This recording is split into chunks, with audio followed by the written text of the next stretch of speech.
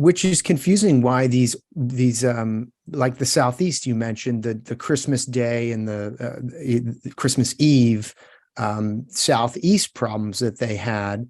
There's been an enormous amount of solar development in North Carolina, and for them not to be interconnected to PJM or to their partners at MISO, it doesn't make sense. I mean, they would probably want a broader, more interconnected network so that they can get the lowest cost, highest quality resources to their customers.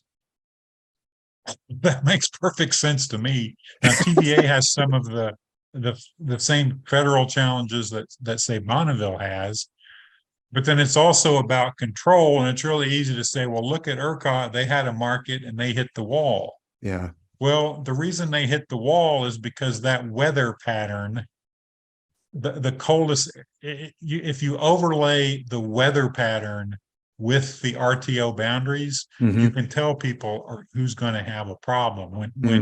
When the weather pattern swallowed all of PJM, there's no neighbor to get anything from it within PJM at that point, because they're all under the same weather pattern. Of course, the weather pattern pushed into the Southeast, and we see those same issues. The weather risk is not created by RTOs. In my view, it's mitigated by RTOs. That having more regional transfer capability, and you never know whether you're going to be the buyer or seller, whether you're going to be helping your neighbor or your neighbor's going to be helping you. Right. Because it's random. It depends on what the weather does. That's and we saw that when they had rolling blackouts in the state of North Carolina, even though they have a higher reserve margin, because reserve margins go down when you have an RTO. They had a higher reserve margin. The weather still hit it. And the other problem with winter is harder than summer. These challenges are going to happen more in the winter than the summer because of a couple of issues. Your solar helps you in the summer. The sun is the key driver of load.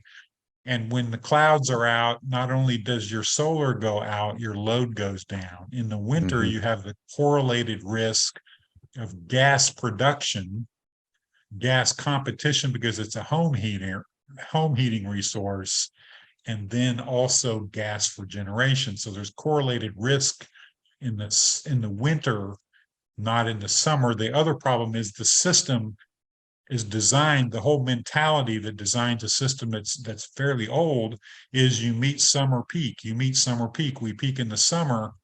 And of course, these weather events are going to change the focus and are already changing the focus. The risk is in the winter more than the summer. And when you see ERCOT, they talk in the summer, are they going to hit the wall? Well, they do pretty good in the summer.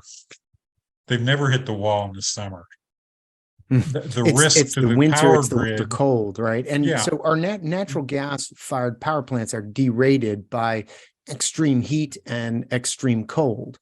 Yes. And so everyone likes to go ahead. Yeah. Well, but that's on the margin. They perform different.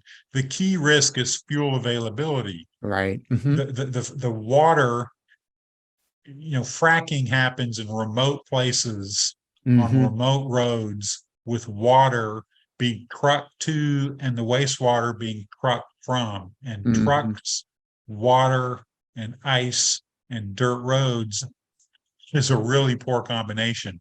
So when the weather gets cold, the production slows down. It's more the fuel availability. There is variance in the performance of the plant, but that's fairly small. The real factor is fuel availability, because you're drawing your gas for heat, you're slowing down your production, you need more for electricity, and the correlation of those risks is the key thing that folks are trying to manage.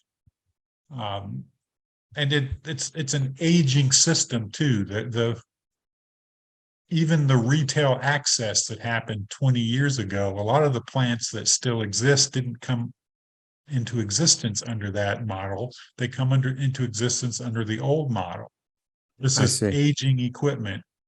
And like anything, I mean, if your car is 10 or 15 years old, your repair bills are up. They just are. That's the nature of physical objects.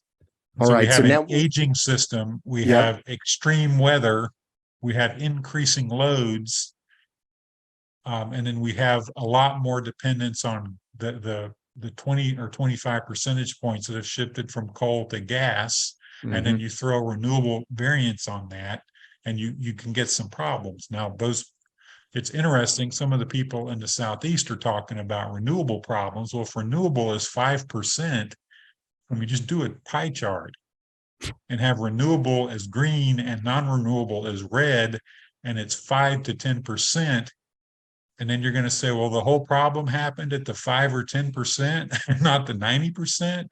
I mean, that's just silly. Now, every problem matters when your load exceeds your generation. Yeah. But to say, well, of all the problem now, when you look at SPP, which sometimes hits 90% of its load served by wind, if you have a wind problem in SPP, you got a big problem just because Mhm. of that same pie chart.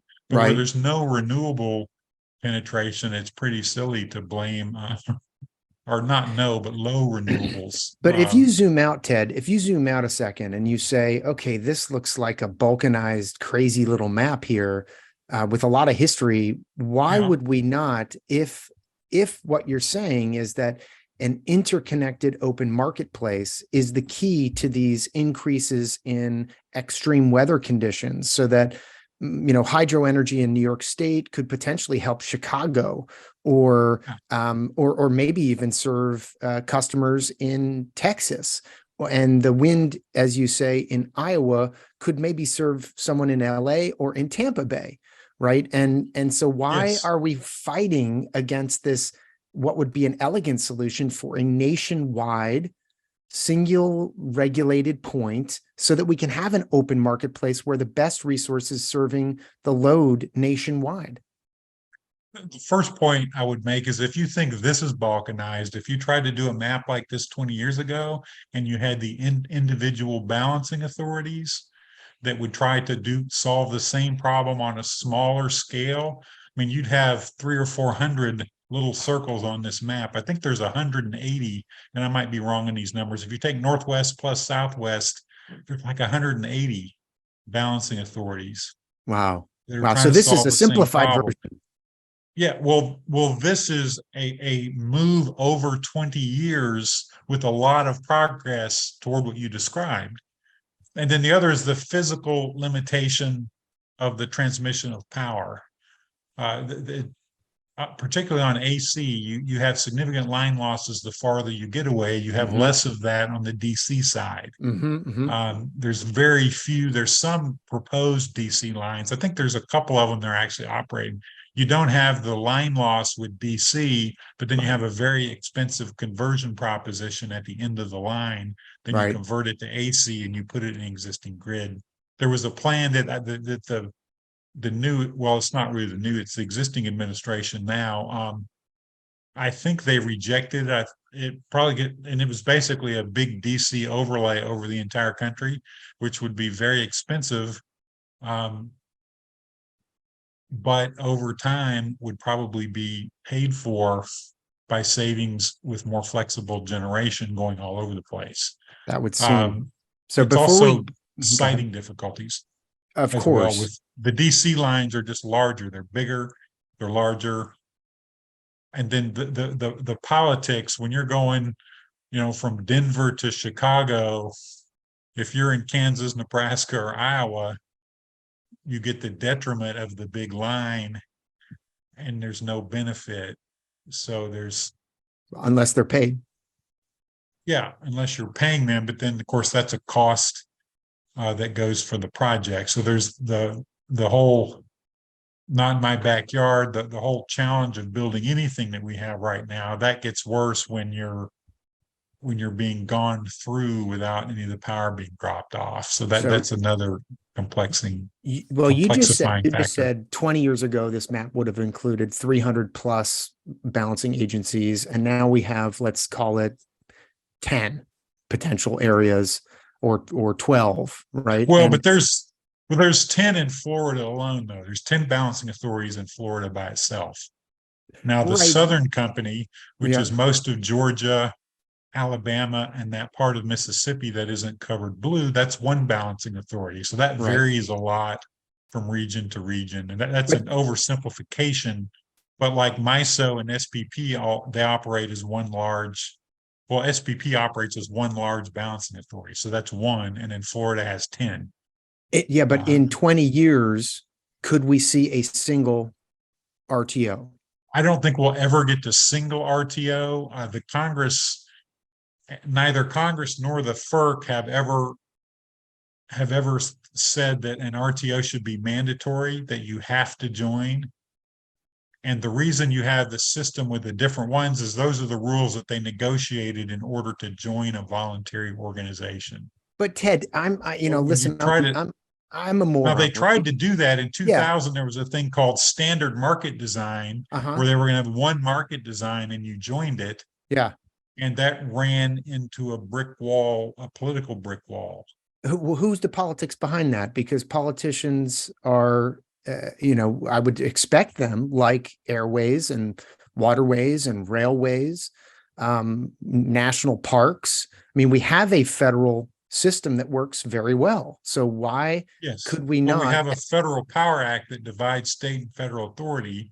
You have politically active entities that don't want to do these things.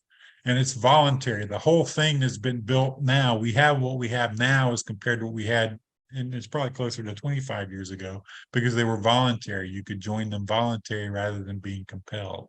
Okay, okay. So let's And that's let's what get gives you back into different the regions with details. different rules.